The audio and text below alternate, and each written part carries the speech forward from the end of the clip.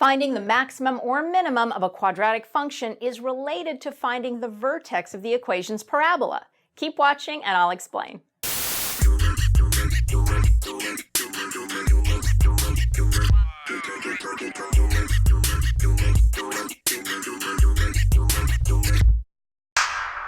Welcome to Math Bytes, I'm Allison, and today we're talking about finding the maximum or minimum of a quadratic function. If you have a quadratic function in this form, the sign of a, the coefficient of the x squared term, will tell you if the equation's parabola opens upward or downward. If a is greater than 0, the parabola opens upward. And if a is less than 0, the parabola opens downward. Now, if your parabola opens upward, it has a minimum. And if your parabola opens downward, it has a maximum. Let's remember that the vertex of the parabola can be found using the coefficients. So the coordinates of the vertex are minus b over 2a and the function evaluated at minus b over 2a. The maximum or minimum of your quadratic function will be the y-coordinate of the vertex. So the function evaluated at minus b over 2a. Let's do a couple of examples. You'll see what I mean. Okay, let's take a look at an example. I have a quadratic function here. F of x is equal to 1/2 x squared minus 4x plus 7. And I want to determine its maximum or minimum. So the first thing I have to do is figure out which one it has, a maximum or a minimum. To do that, look at a, the coefficient of the x squared term. In this case, a is equal to 1/2. 1/2 is greater than 0.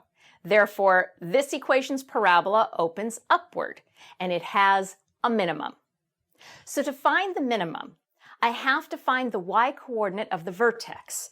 That's the function evaluated at minus b over 2a. So let's find minus b over 2a. Minus b over 2a is equal to the negative of negative 4 over 2 times 1/2.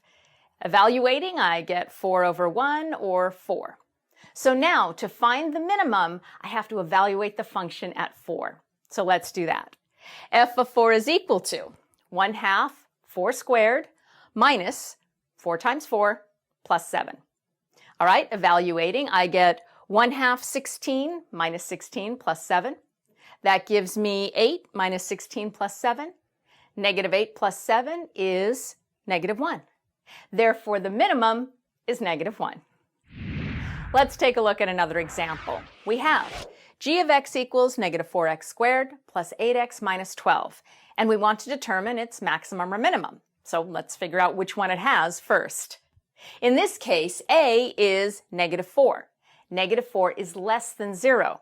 So this equation's parabola opens downward and has a maximum. All right, the maximum will be the y-coordinate of the vertex.